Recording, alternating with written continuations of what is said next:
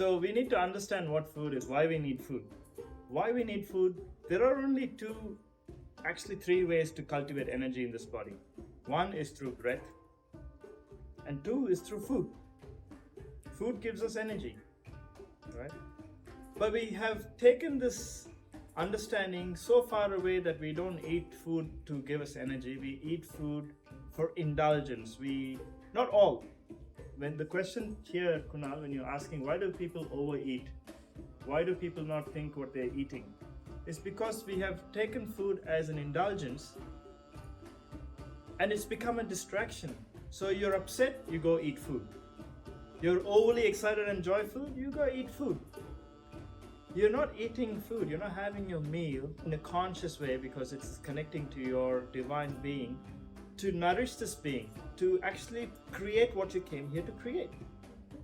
That connection is lost. So when that connection is lost, we are not even thinking of what is that we're eating, we're just eating. Quantity over quality. Oh, this is a huge question, man. There's food psychology. I've studied a bit of food psychology. My journey with food goes back about since I was a young boy. I come from a family where my grandparents were Siddha practitioners. They were naturopaths, Siddha medicine, homeopath, naturopath, and multiple other things because that was the childhood I had. I thought every household was like this. I really thought everyone has this knowledge.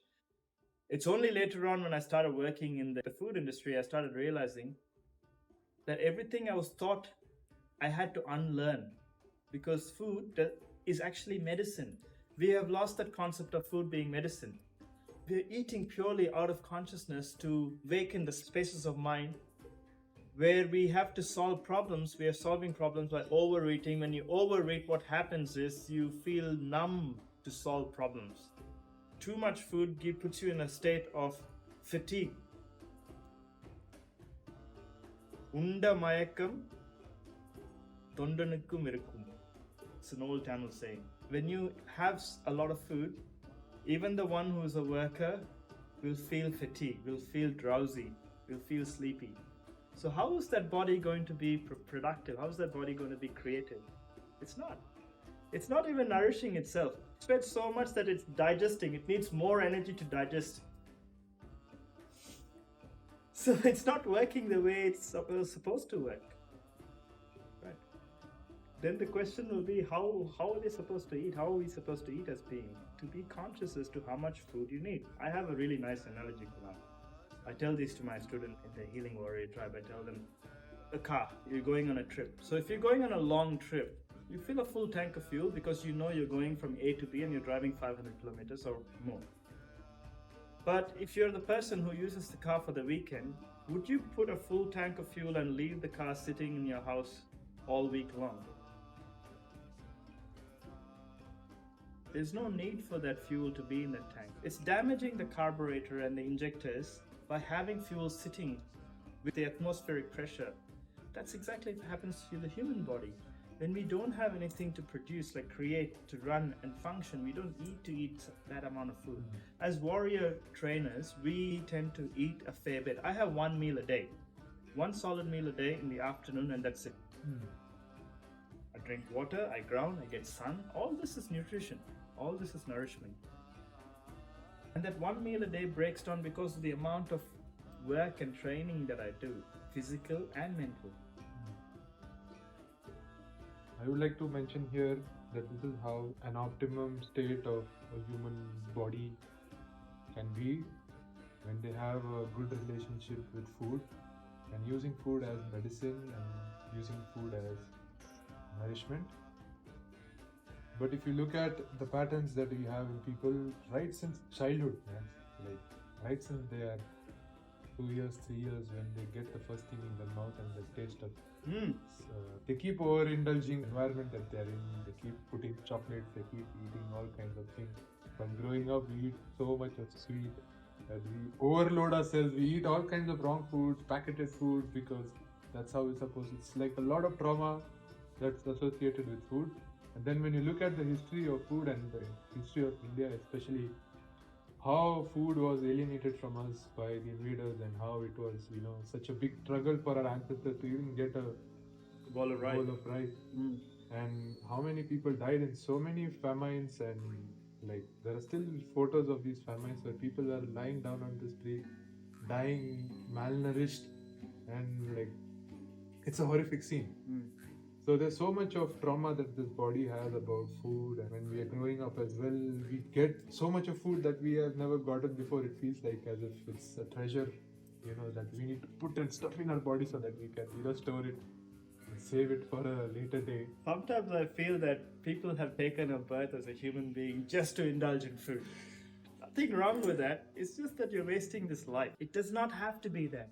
This body, this life is precious. You can do so much more with this. There's a purpose, there's a meaning. You can help so many beings in this planet. And about what Kunal brought about overfeeding children, not necessarily the child is always crying for food. There's so many different cries. There's a food cry, there is a change my nappy cry, there is a I need warmth, I need human attention, there's that cry. Every cry does not mean shove food in the child. This is my cousins, okay? My cousins got shoved food every time they cried. There's a monkey on the roof. Hello, Hanuman. Hello. Every cry not necessarily means it's a cry for food.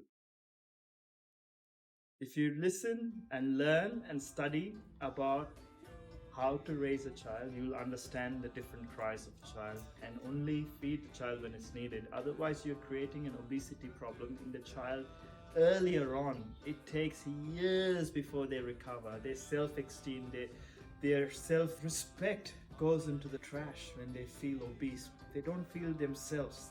They don't feel optimal. There's no vitality in that kid's body. The bullying in school and in society, the shaming, the naming. Is it fair for this child? Is it the child's fault? Isn't it part of parenting?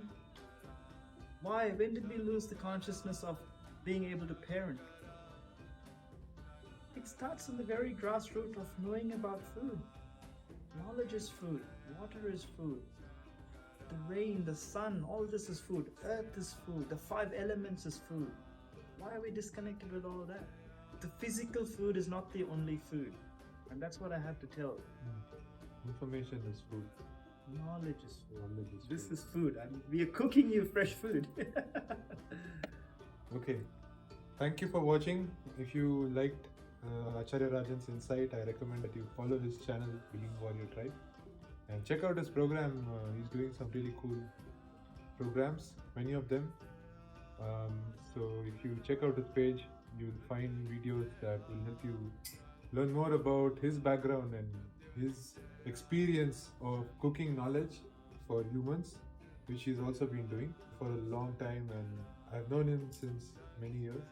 So I've seen his progress as well, his transformation as well into a better and better teacher every time I meet him.